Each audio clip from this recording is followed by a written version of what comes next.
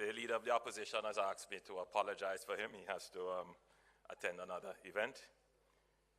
Allow me to acknowledge Ms. Rhoda Moy Crawford, the Member of Parliament for Central Manchester, and accompanying her is the Member of Parliament for North West Manchester, Mr. Michael Phillips, and also the Member of Parliament for East Kingston and Port Royal, Mr. Philip Paulwell. I'm not sure there are other members of the House of Representatives here. I haven't seen them, but if you are, I'm acknowledging you. His Worship the Mayor, Councillor Donovan Mitchell. Where is His Worship?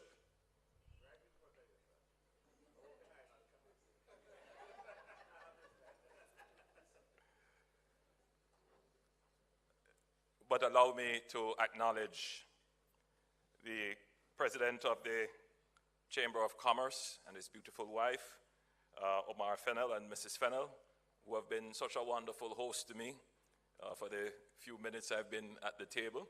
I feel like I know so much about you. You're from Spanish Town, you like San Diego High, you found a beautiful woman in Manchester, and you have decided to start business here.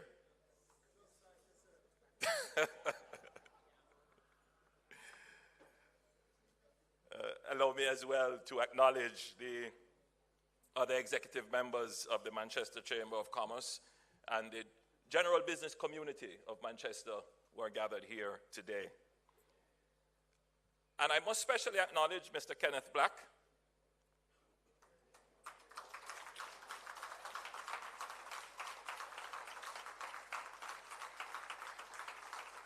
You will appreciate when I say that Mr. Black very graciously invited me to break ground for this lovely premises in which we are today. And I know that, I know that I considered it a particular privilege that you bestowed upon me, that you would have invited me to come and break ground here.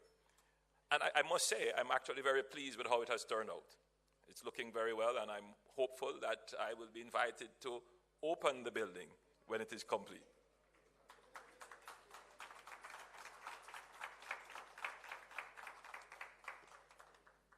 Allow me to also acknowledge the businesses that have been awarded here today and acknowledged. And, you know, I listened to Captain O'Main Morgan, and he put me in the mind of Merrick Needham. I don't know how many of you remember Merrick Needham. Merrick Needham was one of Jamaica's foremost orators and someone who understood protocol very, very, very well. So commendations, O'Main. You know, we don't do too much oratory these days. We tend to want to dismiss it as being too British. But it is an important skill to be able to deliver presentations with mastery of the language. And I think O'Main has done that very well. Captain, you have done that very well. Congratulations.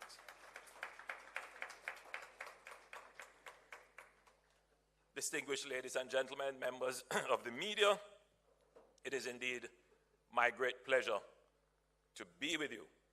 On my way here, I had a little mishap, which required me to change vehicles. So I was not going to be hindered any at all by any unplanned occurrence, because it was absolutely important for me to be here with you this evening. I don't do too many events in Manchester, and I want the people of Manchester to know that you are an important parish for me and for the government.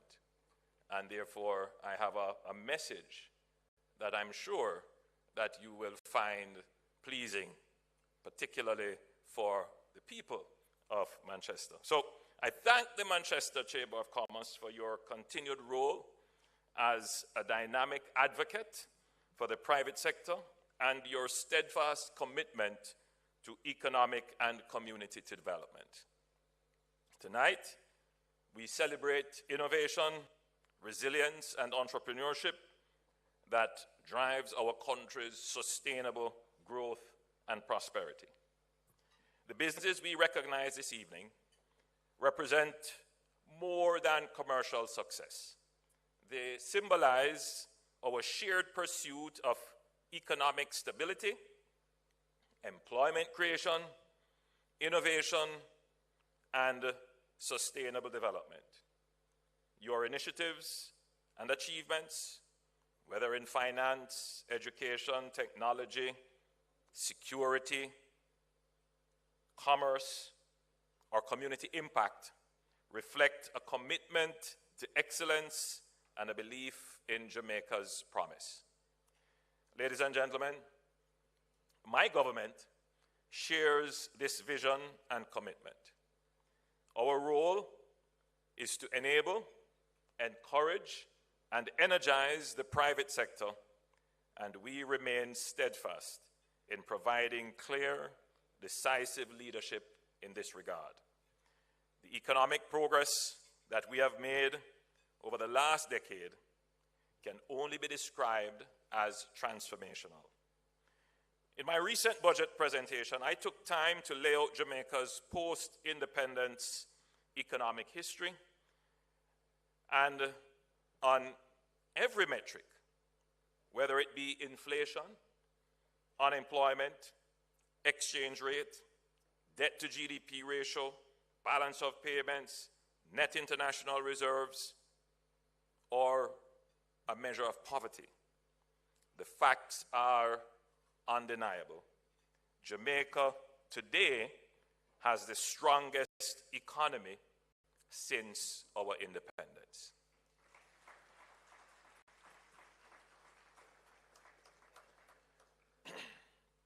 When I speak of the economy, sometimes there is a sense that we shouldn't emphasize the economy. There is a sense that, and the best way to describe it is that the economy can't yam. I was blown away when the head of the IFC visited Jamaica, I believe it was late last year. He was the former Minister of Finance of one of the African countries. I believe it might have been Senegal.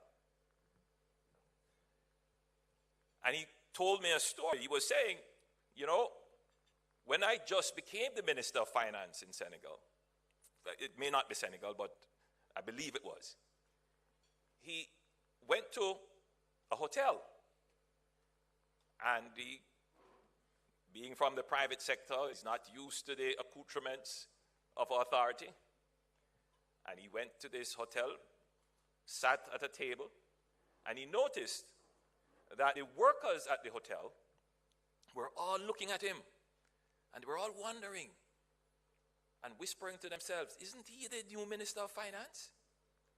And one brave waiter went over to him and asked him, aren't you the Minister of Finance?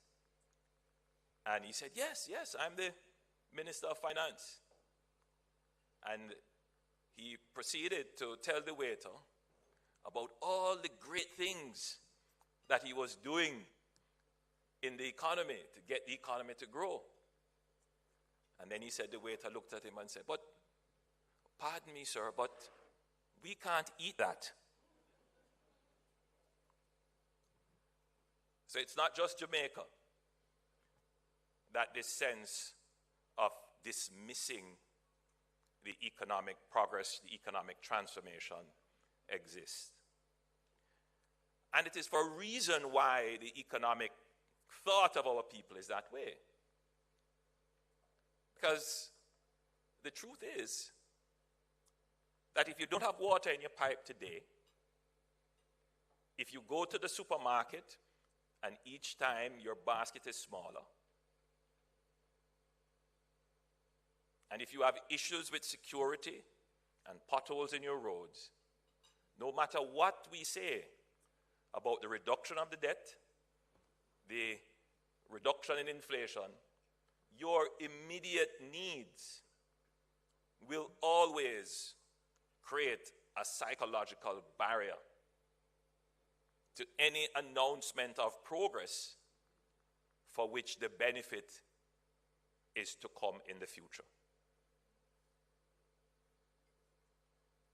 When we have been without for such a long time, it is only a human condition that voters are going to want immediate gratification.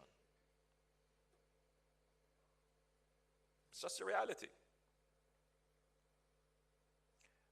As your Prime Minister, as a politician for 27 years, treating with this issue of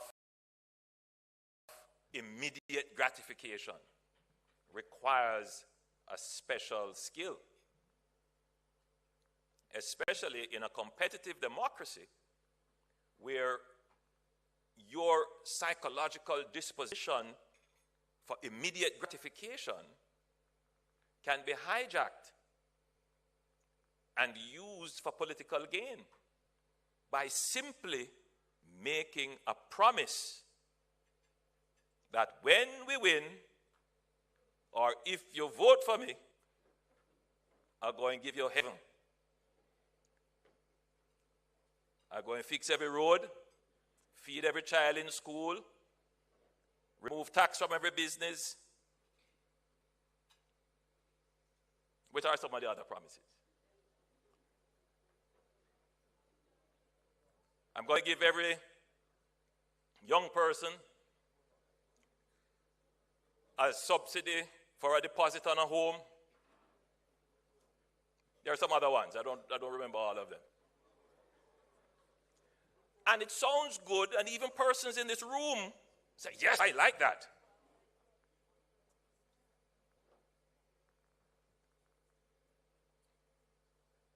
And indeed, that has been the nature of our politics.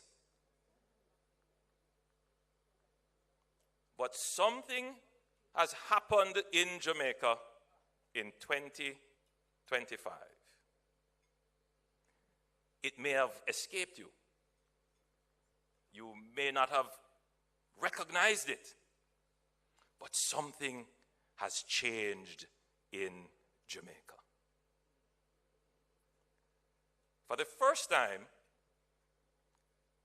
promises that were made by politicians were costed.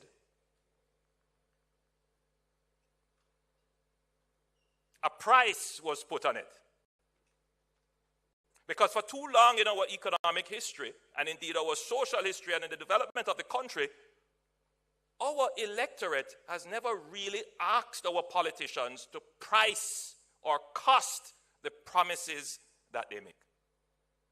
Because we want the satisfaction now, we accept anything that is told to us. But in this last budget, a price was placed on every promise that was made. And it was not just in the budget, but there is an institutional change that has happened in our country, and I'm certain it has passed most of the persons here. But Jamaica now has something called a Fiscal Commission. How many of you heard about that?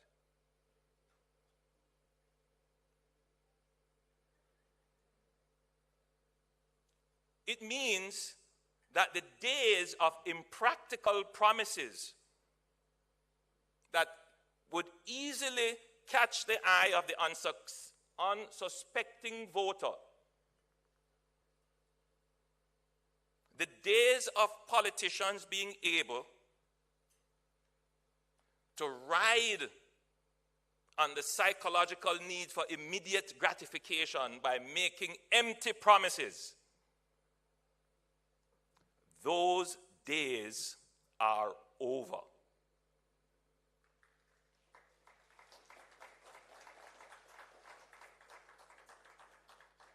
by the clap, I can tell that there are some people who want those days to continue.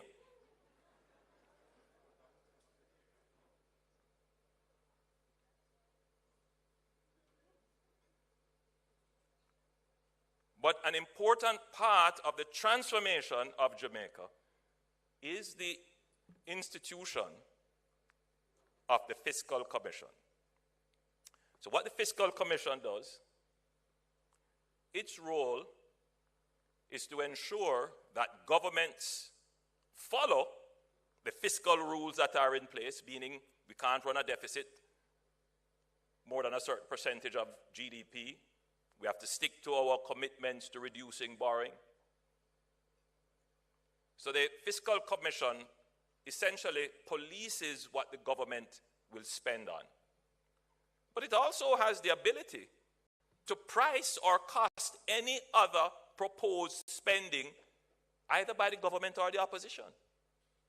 So there is an independent body that could very well say what is being proposed doesn't make sense.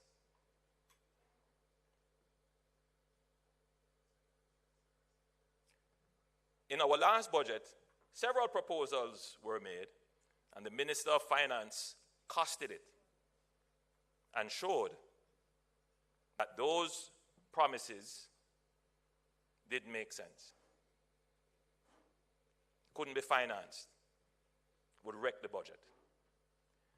I'm speaking to an audience of business people, and therefore, I'm certain that you immediately appreciate the point that I'm making. The development of this country cannot be made on empty promises.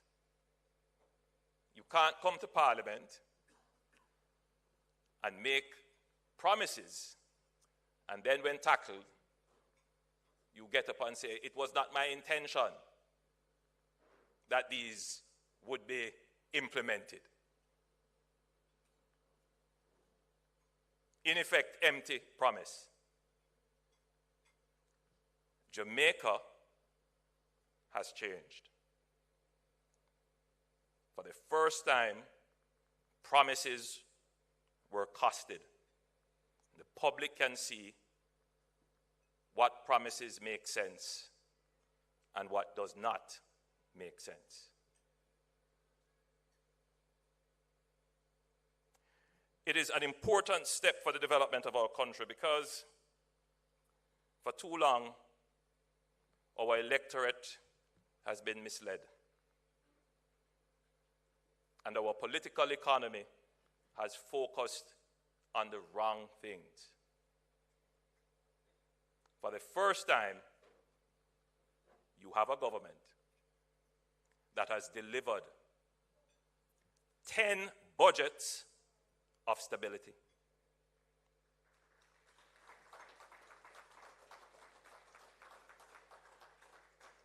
And when I say this, I know it is hurtful to some people because they want to deny it. They want to dismiss it. They want to say, "Cho, stability can't yam." Well,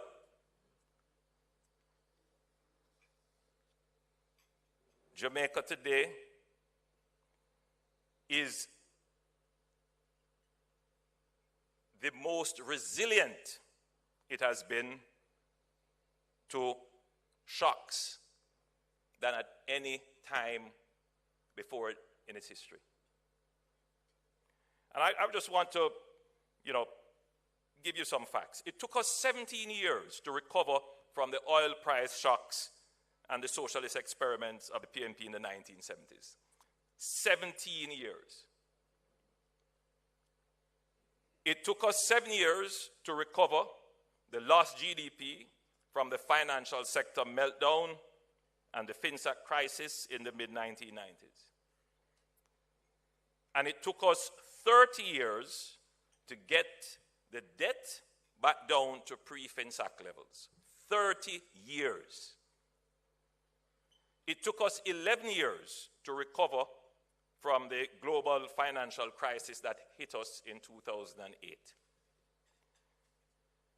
But it only took us 3 years to bounce back strongly from the COVID-19 pandemic, the supply shock chain, and the overlapping geopolitical crises, which, when you put them collectively, these were the worst shocks that Jamaica has experienced in 100 years. I want you to just think about it, that during the worst shock that we have experienced, not one public sector worker was laid off. Think about that. In Europe, people were laid off, salaries were cut. Right here in the Caribbean, people were furloughed. It didn't happen in Jamaica.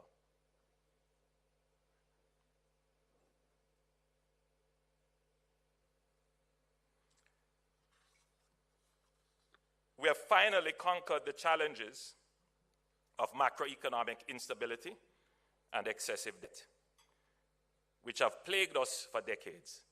The next challenge that we have to conquer is growth. We have to significantly accelerate our growth rate from 1 to 2% to 4 to 5%. And of course, my friends, pursuing growth does not mean run with it. We have presented budgets to you without ever running with anything. That is a significant transformation in Jamaica. But more than that, we are presenting a budget in an election year, and it is a balanced budget. A budget filled with, as some commentators call it, goodies. We call it give-backs. And we were able to do that without running a deficit or without putting on any new taxes.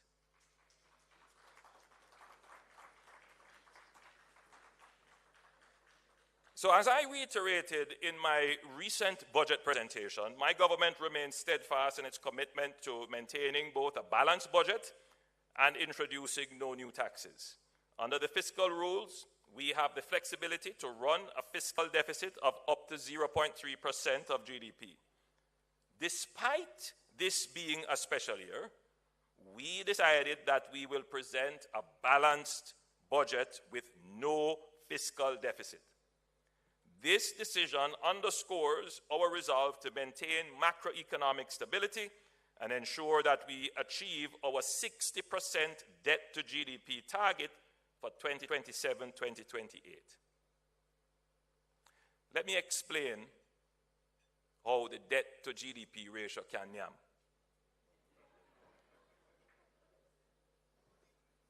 In other words, how it can be a game changer for Jamaica.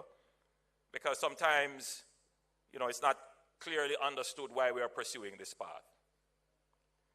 Our sovereign credit rating, meaning how the global financial markets view Jamaica as a going concern, as a business. Our sovereign credit rating is now BB minus, double B minus, which is just 3 notches below investment grade, and investment grade would be triple B minus. Just to put that in context, our credit rating is higher than the credit rating of Barbados.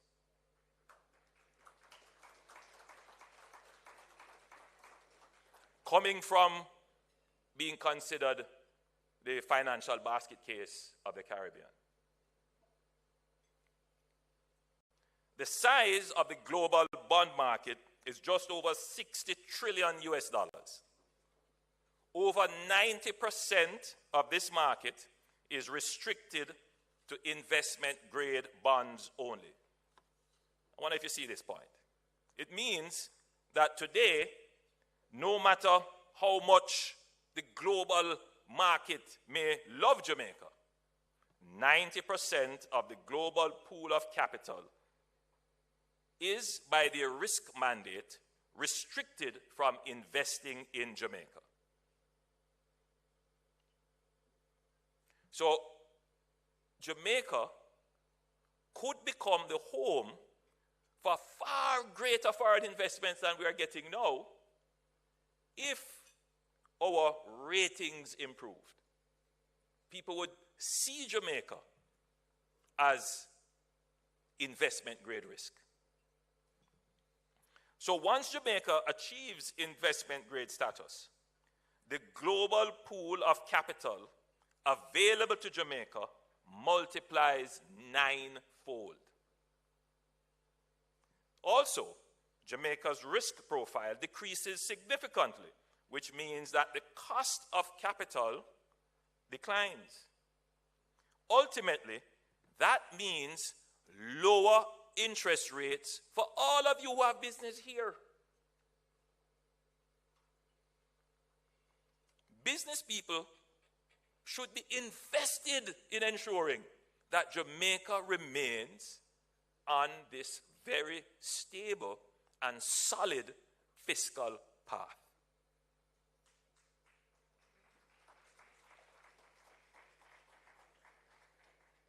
Ultimately, that means that everybody in the economy will benefit. This would be a fundamental transformation of the economy. So businessmen like Mr. Black, who I'm certain you had to do some borrowing for this building here, the interest rates that you would face would be significantly lower.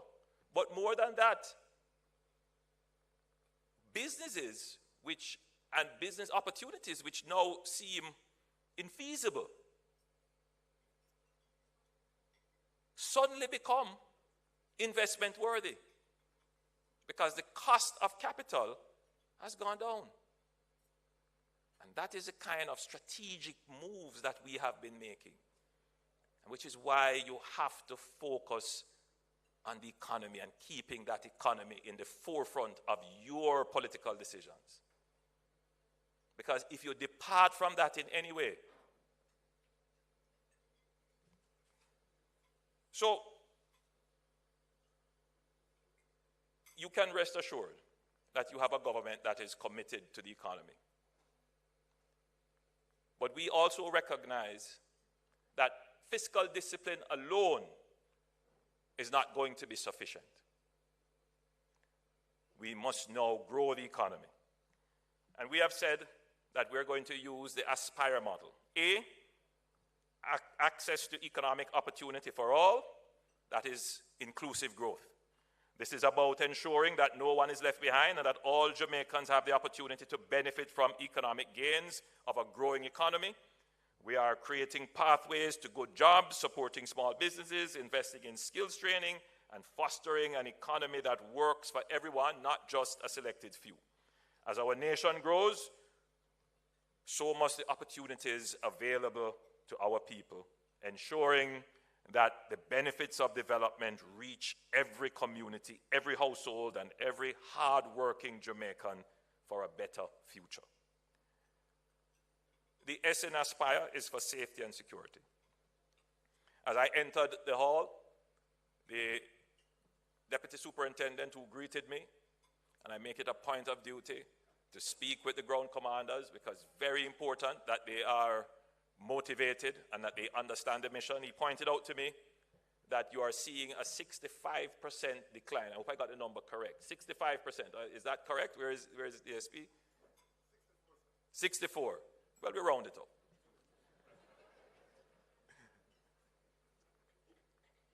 That's fantastic. A few months ago, that was not the cry. A few months ago, citizens were worried. Businesses were worried. But the investments that we have made in men and women and material, in doctrine, in leadership, we are transforming the JCF. And I'm very pleased to see you sitting right here in the front row at the Chamber of Commerce's award ceremony. Very important that the police is not seen as an adjunct, an auxiliary, but is central to the development of the community. And I want to commend the men and women of the police force and the military who support them here in Manchester for the amazing work that they have done. Be assured that as Prime Minister, I stand 100% behind the JCF. So in murders, we saw a decline by 9% in 2023. People scoffed at it. In 2024, we saw a decline of 19%. And some people said, well, maybe this is just a flash in the pan. And year to date, we are seeing a 35% decline. And now I'm seeing everybody want to come and take credit for it. That was because of the strategic investments and the strategic decisions that were made by the administration as it relates to treating with the matter of crime.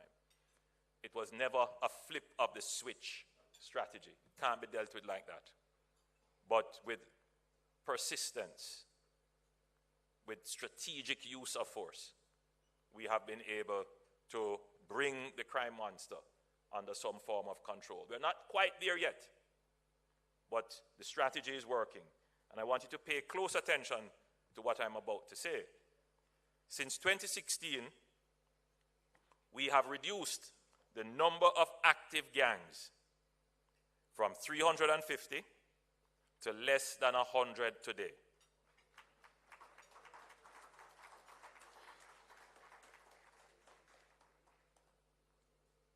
Pay close attention to what I'm saying here. In the last 4 weeks, we have had several major seizures of weapons and other contraband coming into our formal ports, including, I was reading in the papers today that a resident of Manchester was arrested and charged. I want all the criminals in Manchester to hear my voice very, very clearly. You have no hiding place. All the people who are importing guns into Jamaica, whether you live here or cooperate with criminals abroad, you have no hiding place.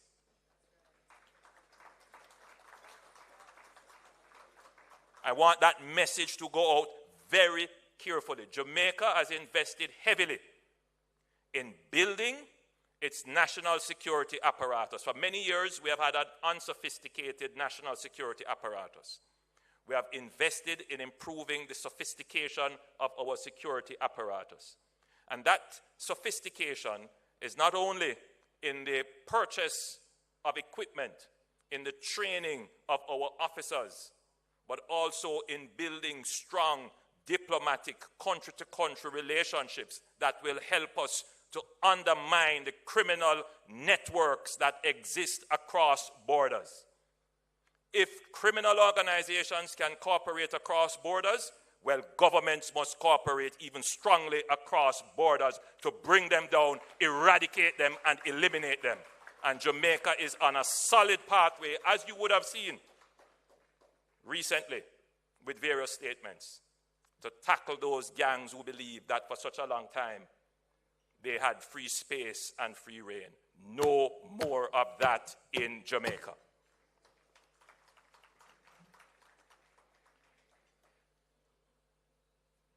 We must focus on people. Unemployment is at a record low of 3.5%. Record low. Again, some people want to scoff at that and pretend as if there wasn't a period of time in Jamaica when unemployment was double digit. 10 years ago, unemployment was above 13%. And for young people, it was as high as 20%. It's not the same Jamaica today as it was 10 years ago. In fact, In fact, and I'm sure my friends Philip and Mikhail can attest to it, that the business community has been saying, you know, we have a labor problem, you know. We can't find enough skilled labor. And I'm sure there are business people in here who are facing that same challenge. Boy, we have a skill shortage. One young business person called me and said, listen, Prime Minister, I want to bring in some people to work here, but if I can't get them to come, well, I will just send the operations to Mexico. I want you to listen to that statement carefully. Labor, or rather the lack of skilled labor, has become a constraint on growth. 10 years ago, that was not the problem we had. So certainly, if the economy can yam, the economy is providing work. But we have a different problem now. Because of the stability of the economy and businesses see a runway to invest, they are looking to expand their operations, but they need skilled labor to be able to complement the availability of capital and the stability of the fiscal environment. And so we are investing heavily in trying to ensure that the marginal labor that we have is brought into the labor force, but with the appropriate skills, knowledge, and attitude. So with heart, we are literally paying people to learn. Yes, there are so many skills training programs that we pay you to go and learn. Begging you to come out and learn. I was in Brownstown recently, and I was very pleased to see the Heart team on the sidewalk with a little tent, encouraging youngsters. Say, come and sign up for the program. Because Jamaica is at that point where the environment for business is good. But we need more skilled labor. Now, I'm the first to tell you that, you know, as I've heard the opposition point out, that there is still a high level of underemployment in the economy. In other words, there are persons who are involved in economic activities that if they were to get a higher level of skill, they could probably find a higher paying economic engagement. And the question is, how do we facilitate people moving from low value engagement to higher value engagement? And that is what Heart is tasked to do now. This leads to the question of productivity. Another area of our economic thought that we need to change. Jamaica is highly focused on inflation. Inflation is the big issue for Jamaicans because it impacts our cost of living. It's what you see when you go to the supermarket. But the real variable is productivity. And if we were to increase our productivity, we would be able to mitigate inflation. And so a part of the investment in training and upskilling is about getting Jamaicans to be more productive. And many of you are business people, and you will immediately see what I'm saying. If you were able to reduce the marginal cost of your production, to reduce your average cost of production by virtue of increasing your output, the price at which you sell your goods would decrease. So, increasing productivity is a national objective now. And I want to say here with great clarity that this administration will be laser focused on increasing the productivity of the Jamaican business environment. Another area of ensuring that we have growth is on the ease of doing business and the cost of doing business. I know that that has been a challenge for business people. In my budget presentation, I had the pleasure of reminding everyone that it was the 8th consecutive budget we have presented with no new taxes and the 10th consecutive budget with no net new taxes whatsoever. This is unprecedented in Jamaica, and it has been a part of our concerted effort to create a predictable investment climate, but moreover, to ease the burden on individuals and businesses and to encourage economic activities. And, you know, we have done an amazing job in reducing taxes. We have increased the income tax threshold. When we came to office, the threshold was $592,800. It is now $1.7 million. Next month, it will be 1.8. Yes, and then after that, it will move to $2 million. We reduced GCT. People forget about that. We reduced GCT from 16.5% to 15%. But we did a big thing in this budget. I don't know how many of you remember this promise. A promise that wasn't costed. A promise that said, when we win, we're going to remove GCT off electricity. Who remember that? Who remember that? Nobody costed it. It was a promise made. And people facing high electricity bills say, oh God, thank you. But when it came to actually provide it, it couldn't be done. Because the economy couldn't support it. And I know a lot of people are disappointed. And I know a lot of people don't like when I speak this way. Because it challenges their perspective and their confirmation bias.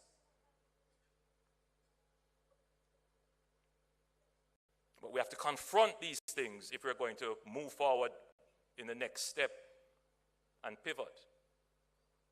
Perfect example of a promise made without the economic wherewithal. Well, before we made any commitments, we costed it. And so now I'm pleased to say that we can't take off the GCT, but here's what we can do. We're cutting the GCT in half, more than that. So we're moving from 15% to 7% GCT on electricity. I know some people, but important that it be said that this government doesn't make empty, fiscally irresponsible promises. You know, we reduced the transfer tax from 5% to 2%, and that has just created an explosion in the real estate market. We increased the pension relief and age relief from 80% from 80,000 per month, rather, 80,000 per year to 250,000 per year. And in the next budget, that will go to 350,000. We have increased the turnover threshold required for registration to pay GCT from 3 million to 10 million.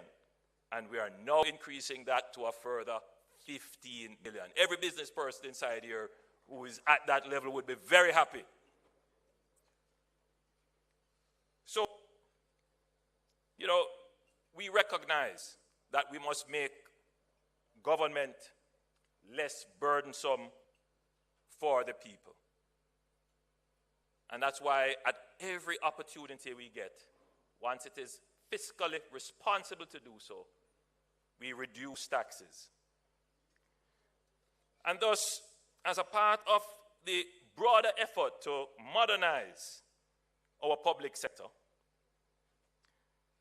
and to boost productivity, we have launched the Streamlining Processes for Efficiency and Economic Development, otherwise called SPEED, not to be confused with DOGE.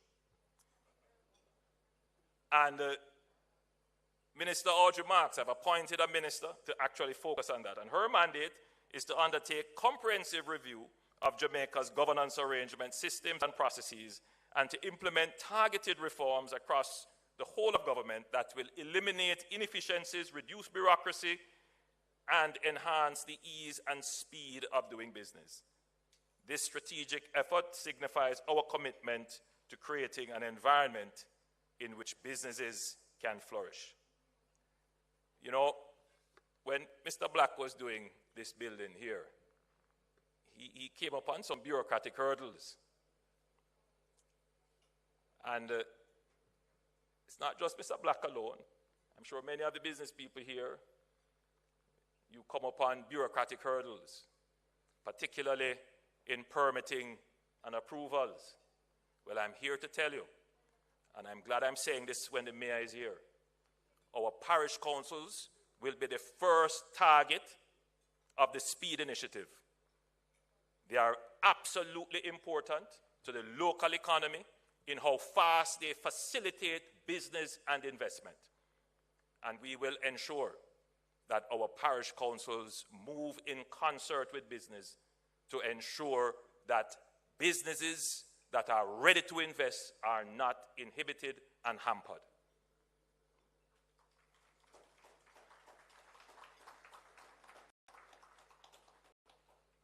The government has also taken a new measure to incentivize and support capital investments in the productive sector. We have announced accelerated capital allowances for investments in productive assets, such as industrial and commercial buildings, plants and machinery, and IT equipment undertaken between the 1st of January 2025 to the 31st of December 2026.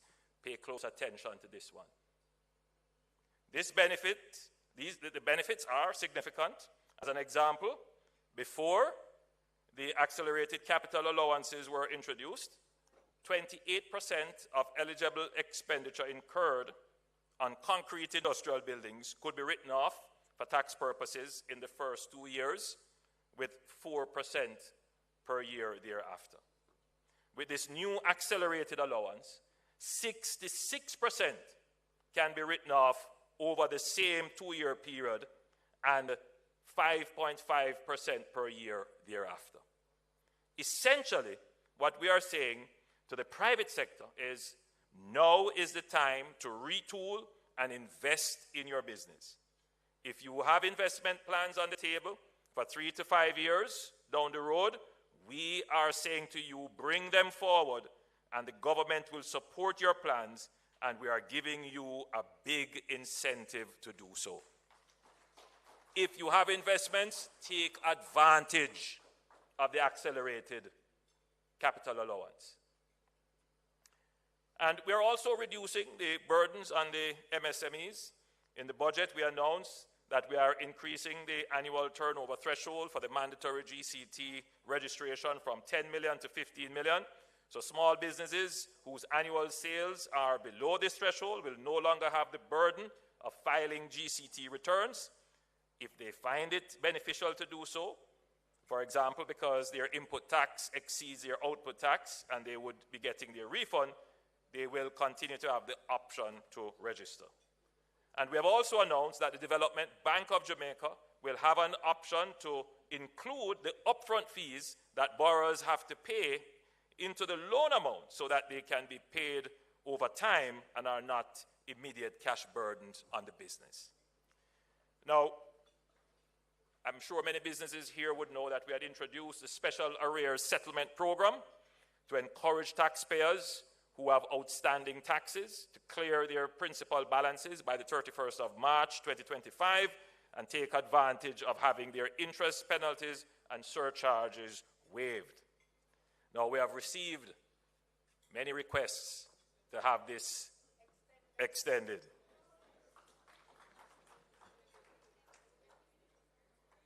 More and none on Monday.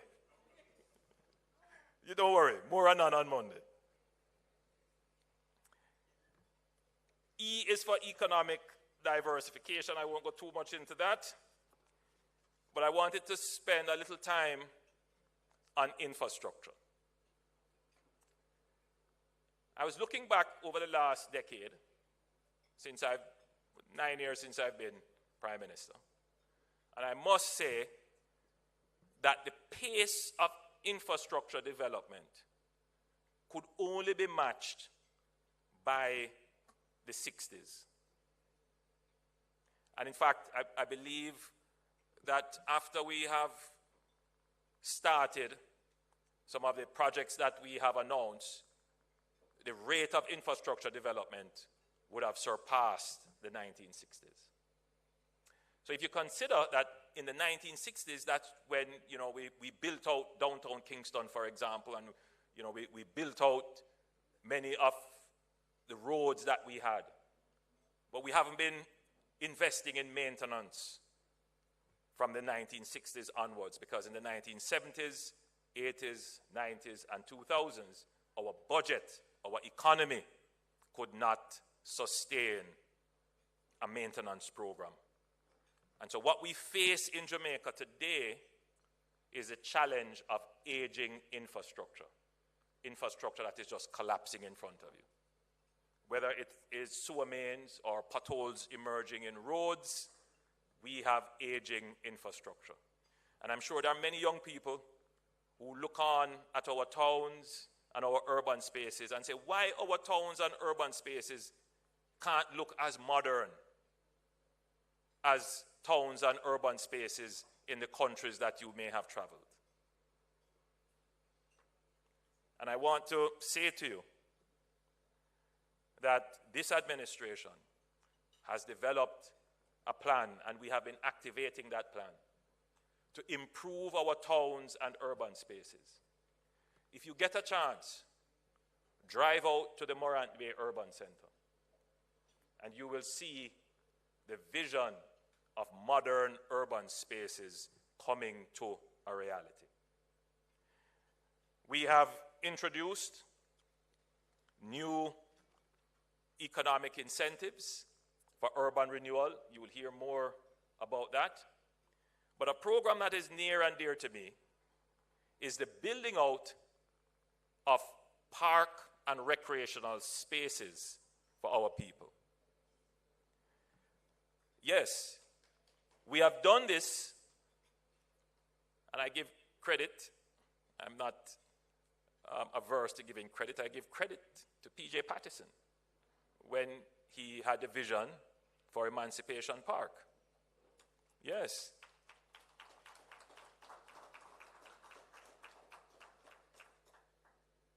And under my administration, in St. James, in Montego Bay, we have built the Harmony Park. Yes? And in the 15th parish of Portmore to be, in a few months, we will open the Resilient Park.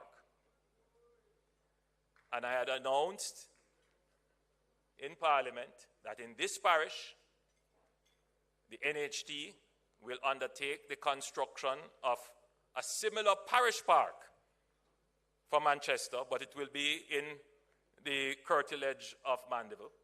We are looking at Brooks Park.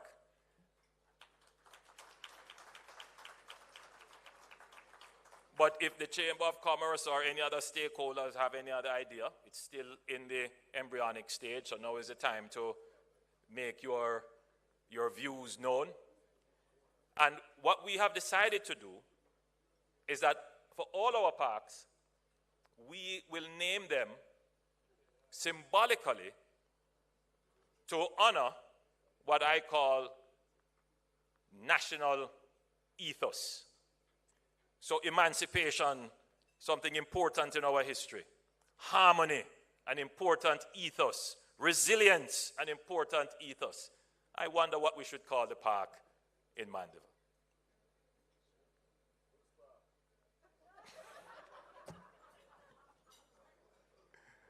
What about industry? Innovation, solidarity. All kinds of names that could reflect something of our national ethos. So I wanted to make this announcement here that Mandeville will have its parish park that will be equal or better than the ones that we have built before.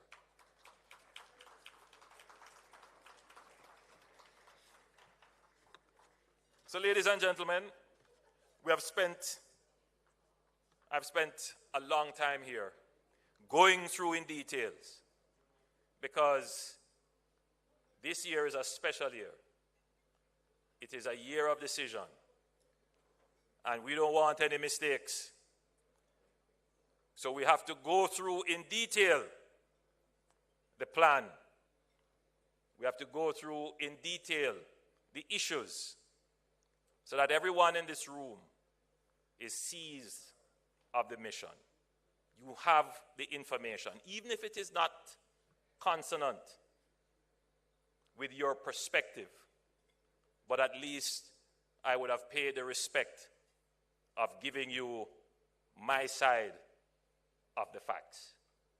And all I can do is ask that you choose wisely, that you choose Jamaica. God bless you, and thank you.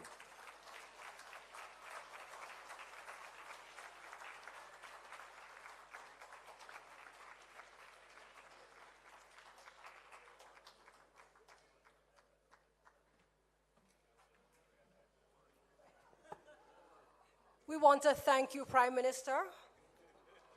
We want to thank you, Prime Minister, for that speech or keynote address this evening. It was very informative, very enlightening, and has certainly given us food for thought. But Prime Minister, I'd like to give you one food for thought, Prime Minister. We appreciate the